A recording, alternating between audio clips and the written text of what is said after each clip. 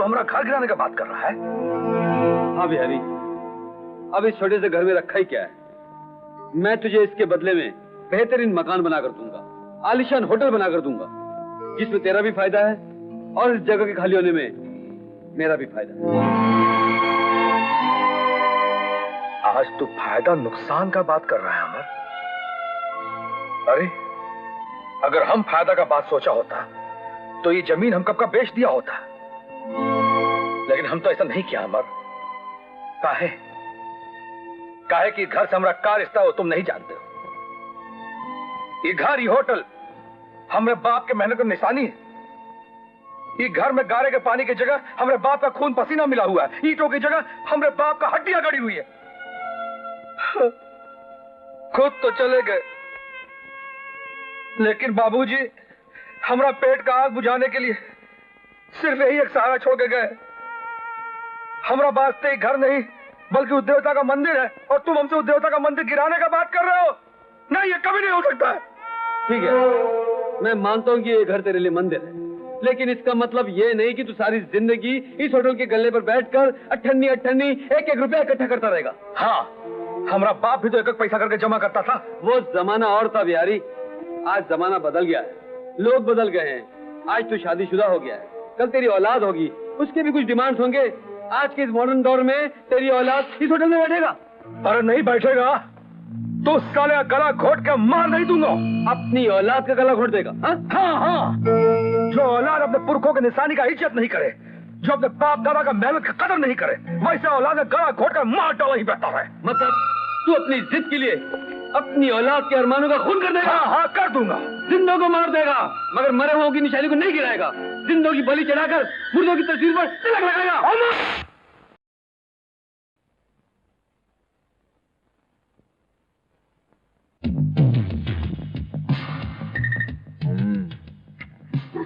भाई मान गए तुमको। कमाल है, शराफत का ढोंग रचाकर तुम बाप बेटे दोनों को एक साथ बेवकूफ बना रहे हो। शरीफ, वो आ गया।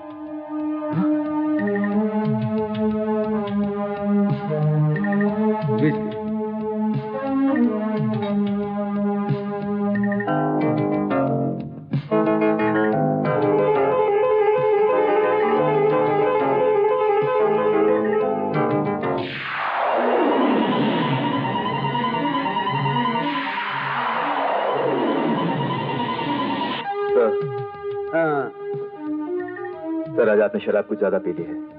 बिहारी ने मकान के लिए? हाँ, उसने मेरे सवाल का जवाब तुझे थप्पड़ मार दिया। जाकर डैडी से कह दो वो जमीन हमें नहीं मिल सकती। गो।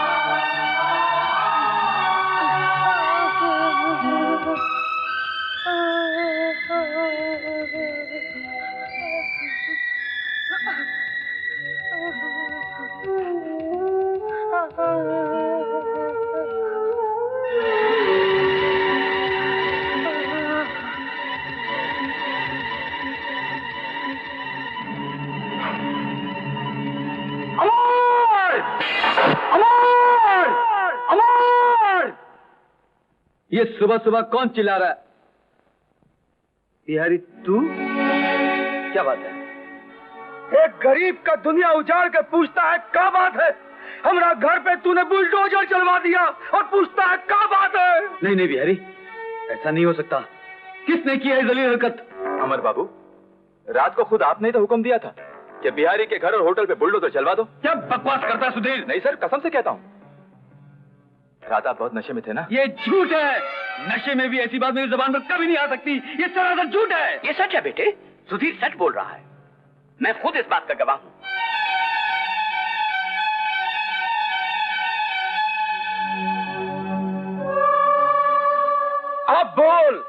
अब बोल काहे जुबान बंद हो गई? तुमने हमारा घर पे बुलडोजर चलवाया है, इस बात का गवाही तुम्हारा अपना आदमी दे रहा है, इस बात का गवाही तुम्हारा अपना बाप दे रहा है।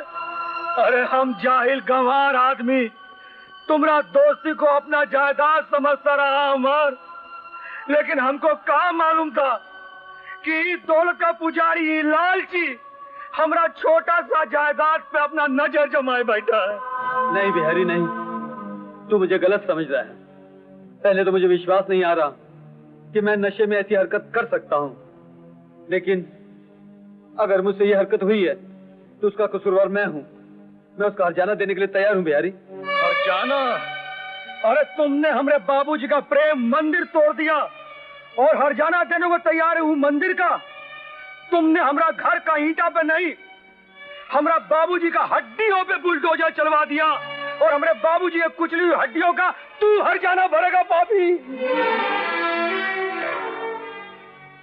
बिहारी, मैं खुद अपने हाथों से दोबारा तेरा घर बनाकर दूंगा। नहीं, अब हम तुम्हारे हाथों से अपने लिए कुछ भी नहीं बनवाऊंगा, बल्कि अपने हाथों से तुम्हारे लिए कब्र बनवाऊंगा, कब्र।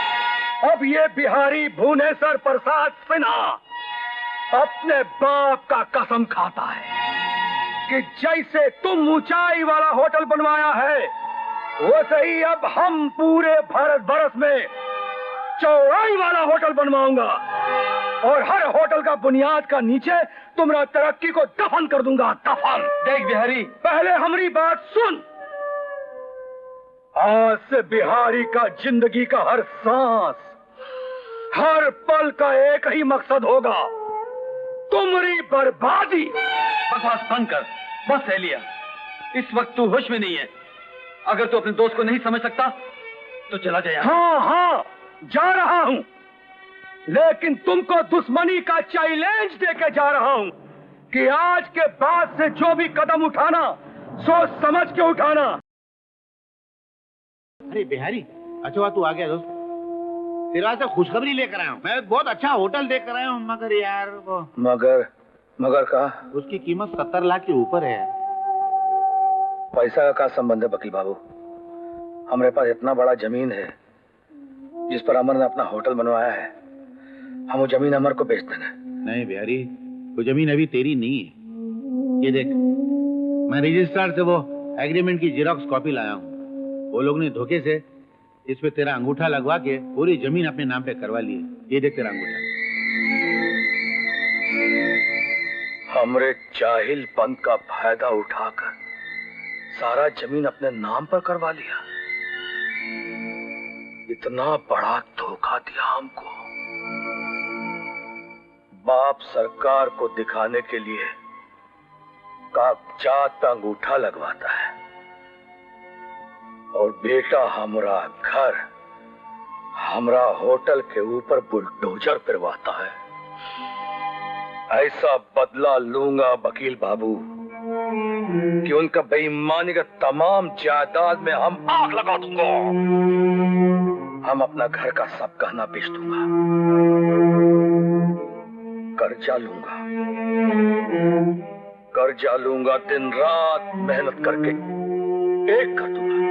लेकिन हम अब ये होटल खरीद के रहूंगा वकील बाबू, और यहीं से हम अपनी जिंदगी का करूंगा शुरुआत। अमर, मुझसे तुम्हारी परेशानी देखी नहीं जाती।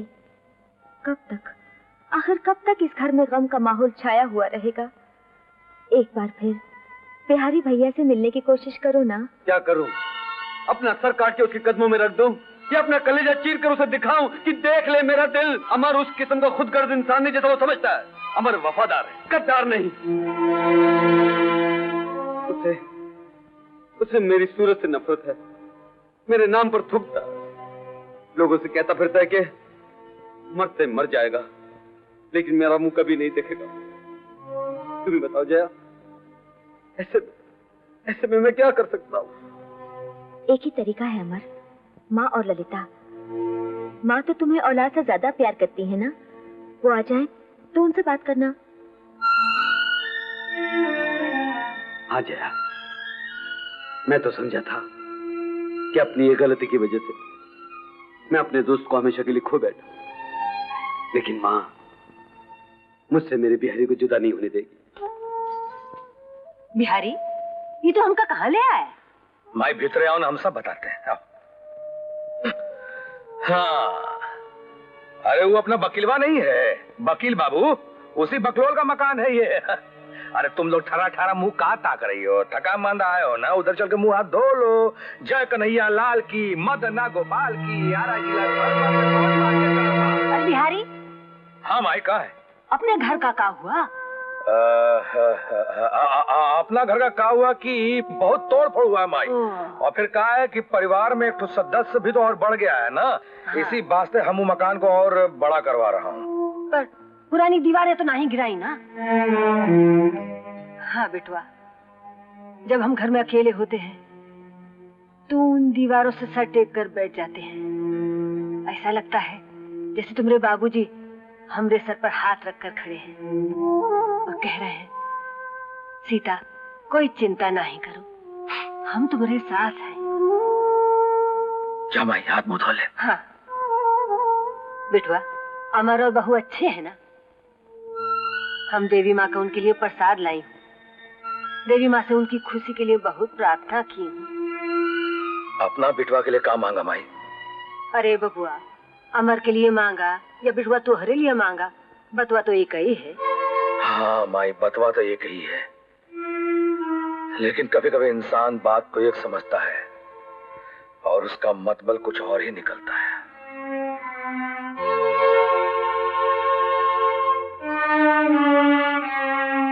क्या हुआ माँ जी? बहू, कुछ गड़बड़ है। इस शहर की जमीन पर पांव रखते ही हमें लगा दुनिया कुछ बदल गई है। बिहारी तो कुछ बताएगा नहीं, जिद्दी है, पर अमर भोला है, वो अपनी माई से कुछ नहीं छुपाएगा। अरे ये पुड़िया यहाँ कहाँ से आ गई? अरे माँ जी, आप? नमस्ते। जीते रहो बेटवा। अमर कहाँ है? उसे कहना माई आई है। जी हाँ जरूर, आप बैठिए, मैं भी उन्हें बुलाता।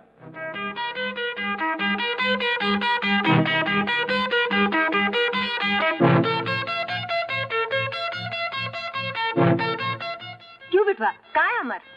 माँ जी, मैं बड़ा शर्मिंदा हूँ। अमर बाबू आपसे मिलना नहीं चाहते।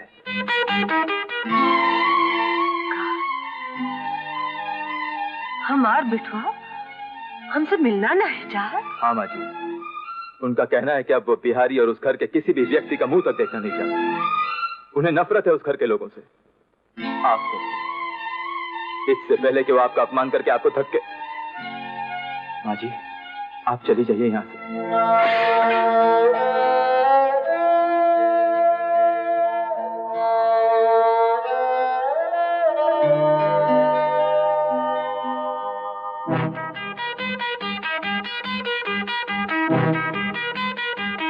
जी, 2 लाख का बैरर चेक? नहीं, मैंने ऐसा कोई चेक नहीं भेजा। मुझे भी शक हो रहा था सर कि एक मामूली सा आदमी इतनी बड़ी रकम कैश करवाने आया है।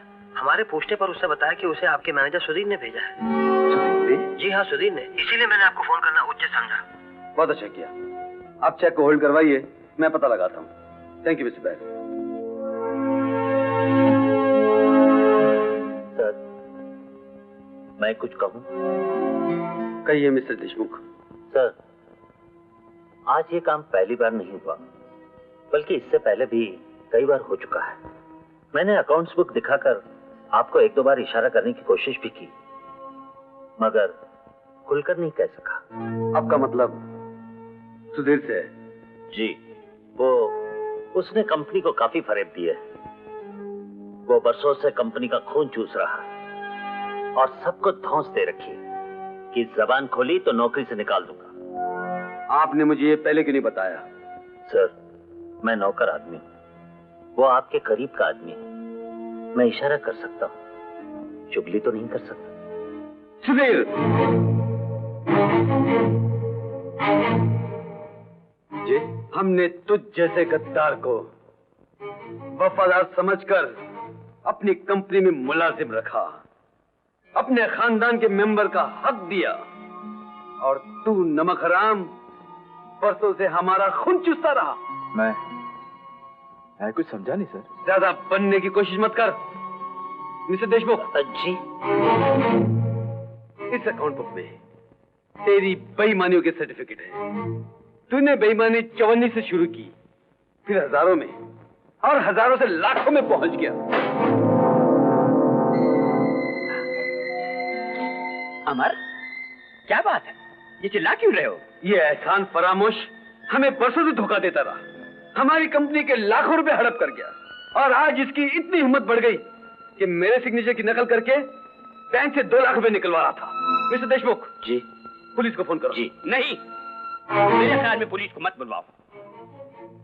बदनामी भी हो सकती है और फिर बिजनेस में भी फर्क पड़ सकता है। इस नमक हराम की सजा तो ये होनी चाहिए, इसको ठोकरें मार मार के यहाँ से निकाल दिया जाए। मुझे ठोकर लगाने से पहले अपना अंजाम भी सोच लीजिए मिस्टर ब्रिजभूषण। क्या बोला बेस?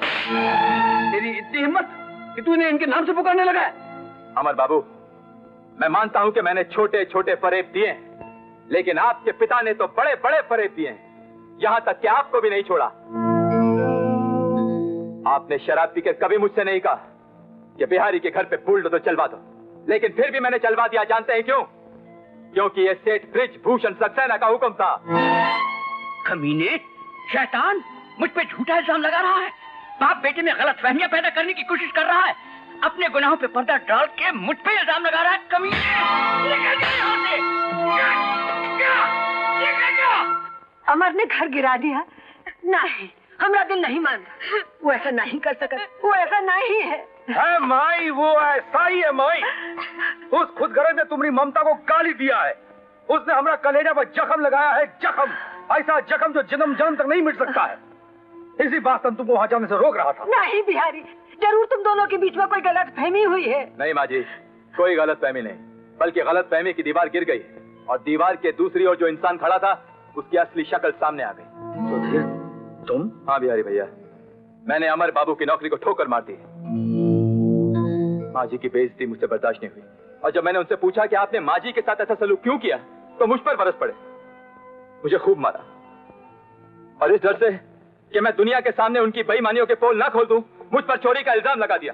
मेरी बरसों की ईमानदारी और वफादारी का ये सिला दिया है मुझे। सुन लिया माई, अब भी तुम कहोगे गलतफहमी है? वो बिजनेसमैन है माँ जी, उनके दिलों में दया, मोह, ममता नाम की कोई चीज नहीं। जब भी सोचते हैं अपने फायदे की ही सोचते हैं। आज अमर बाबू ये भूल गए कि उनकी कंपनी की तरक्की में मेरा भी बहुत बड़ा हाथ है।